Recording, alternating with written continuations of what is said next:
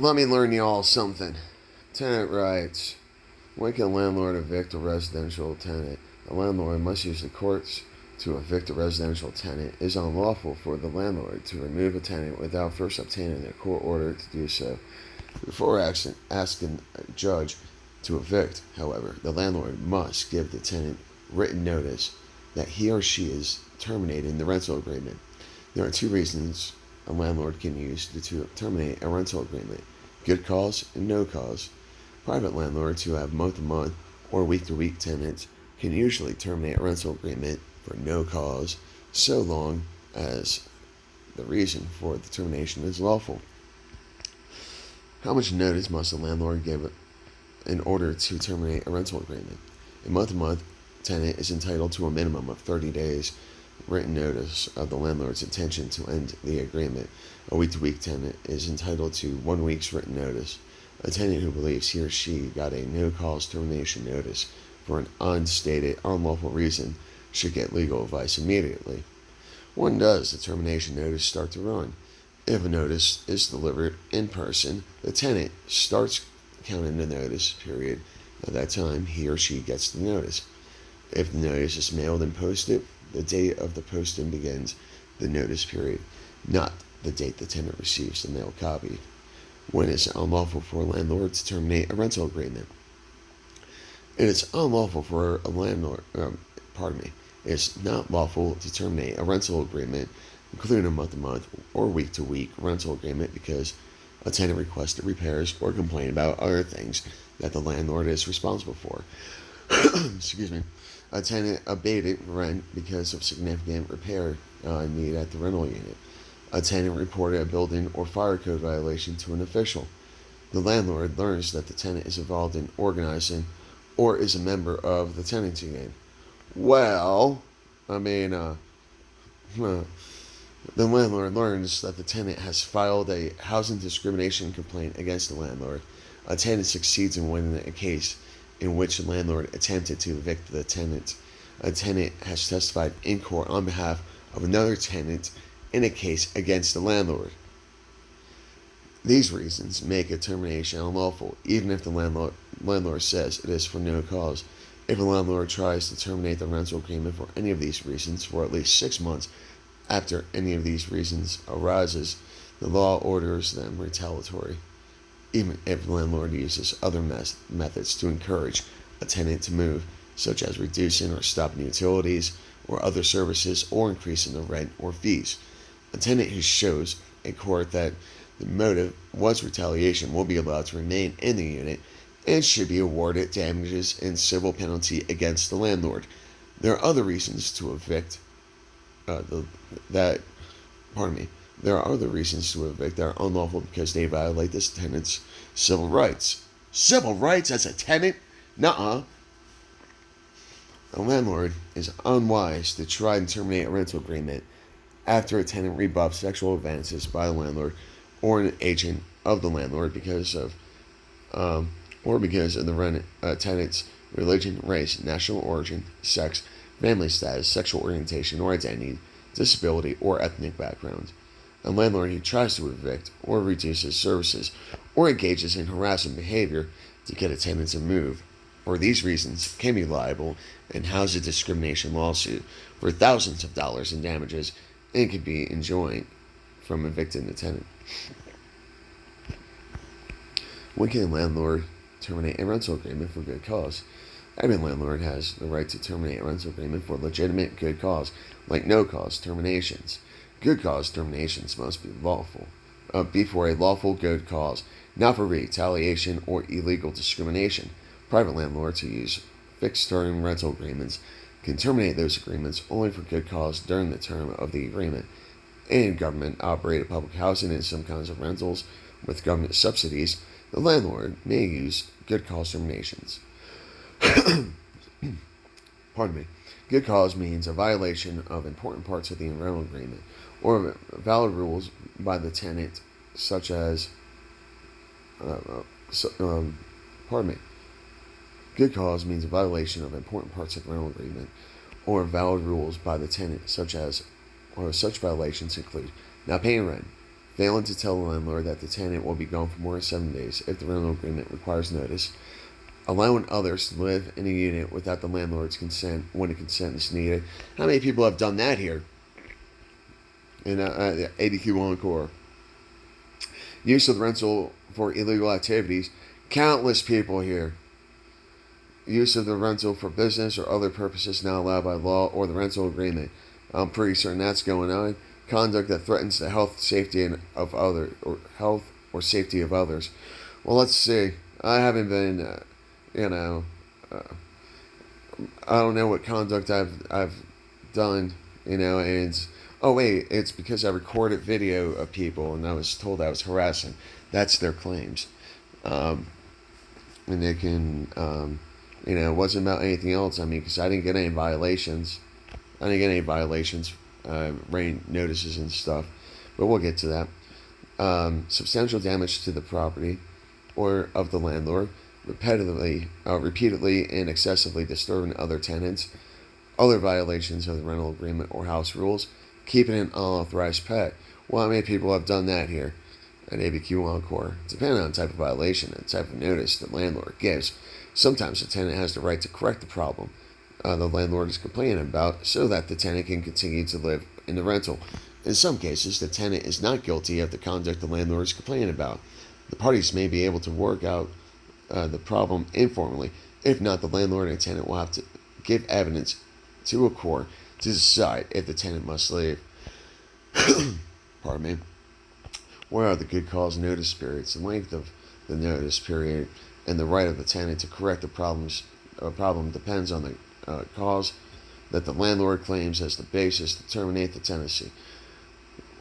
When a tenant has not paid rent on the day it's due, the landlord can deliver to the tenant a written notice or post a notice on the main entry door to the tenant's unit.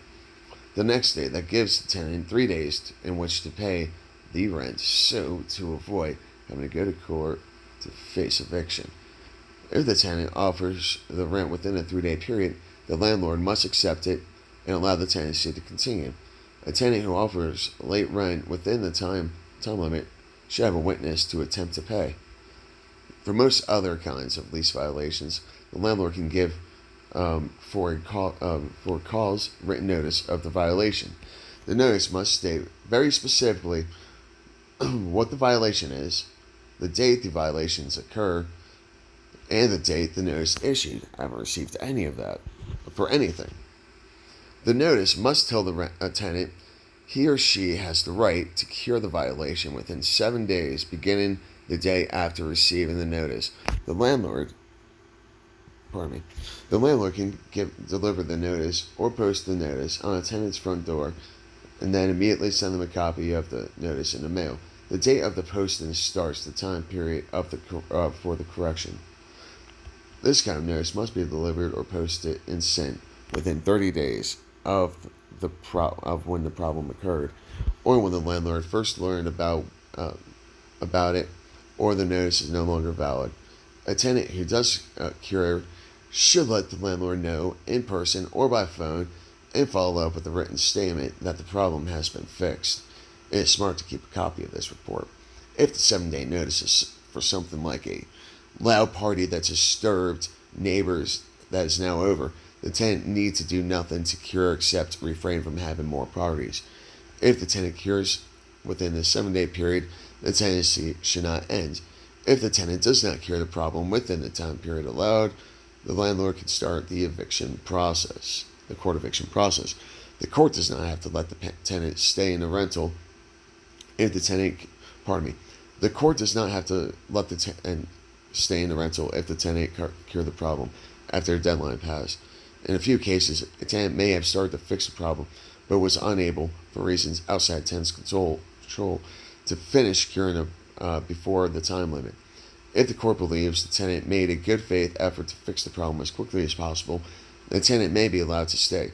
If the tenant violates the rental agreement again within 6 months after receiving a 7-day notice, I haven't received a 7-day notice, the landlord can give another 7-day notice. This time, however, the notice does not have to allow the tenant to cure the problem. If there are no problems within If there are no problems within 6 months after the original notice, the landlord can no longer use that notice as the basis for a later 7-day notice without giving the tenant the chance to fix the problem. In some cases, the landlord may have given the 7-day notice in such minor problems does not qualify to evict. I feel like I'm repeating myself. Tenants should get legal advice as soon as possible about how serious a claim must be for it to allow a landlord to terminate the agreement. For very few kinds of lease violations, the tenant gets very short notice and no opportunity to cure. The notice gives the tenant 3 days. Yeah, hear that, fucking ABQ Encore, you pieces of shit? 3 days. 3 days. The notice gives the tenant 3 days in which to move out after the landlord claims that the tenant has committed a substantial violation. And well, essentially, the reason why I think it took them so long to get freaking Isaac Woodrum, whatever the fuck his name is, out of here, is because they never gave proper notice. Or they didn't. Anyways, these notices give the tenant 3 days to move out, 3 days in which to move out after the landlord claims that the tenant has committed a substantial violation. In this kind of notice, the landlord says that the tenant or someone at the rental, with the tenant's consent, committed a serious crime or the equivalent of a crime. Yeah, you hear that, fucking ABQ Encore? Just as with the 7-day notice, the landlord must state very clearly what the violation was that gave rise. That gave rise to the notice, including times and dates. Some landlords use this notice when they have no right to do so, when the violations they are complaining about were not serious and were problems the tenant had the right to cure. It is important for a tenant who receives this kind of notice to get legal help right away to determine if the notice was justified. If it was not, the landlord likely will be unsuccessful in getting the court to evict the tenant based on the notice. Can landlord ever evict a tenant without giving court notice? No. Some landlords try to evict by locking the tenants out of the phones, shutting off utilities, blah, blah, blah. A tenant should demand to see any court claims. The tenant should report any officer who offers to help the landlord, encourage the tenant to move out. That's brief. Oops.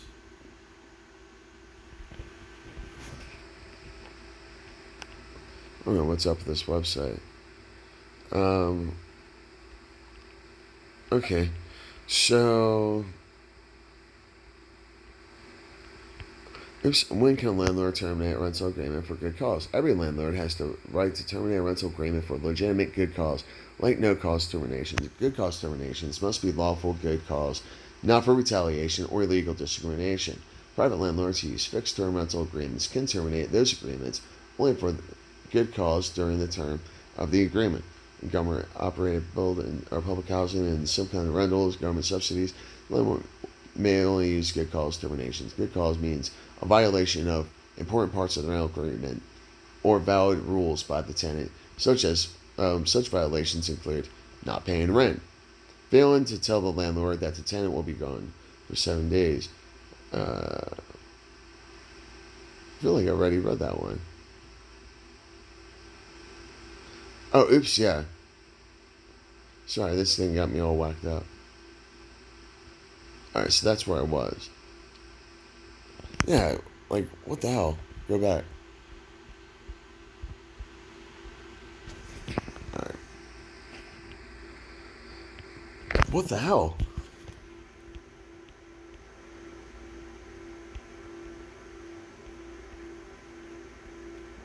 Well, anyways, I mean, and that's more about the tenant unions and stuff. How do tenant unions do its work?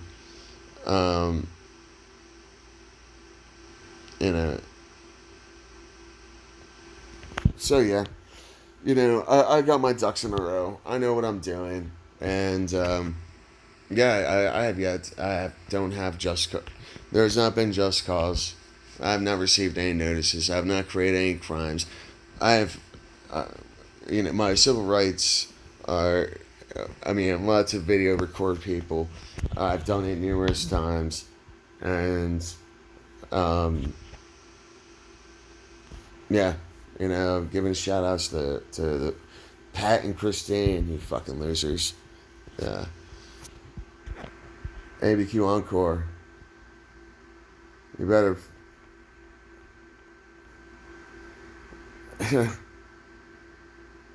Yeah. You understand? Remember, I didn't hesitate to go to court. I was trying to avoid it. And well, pretty certain, pretty certain I'm okay. So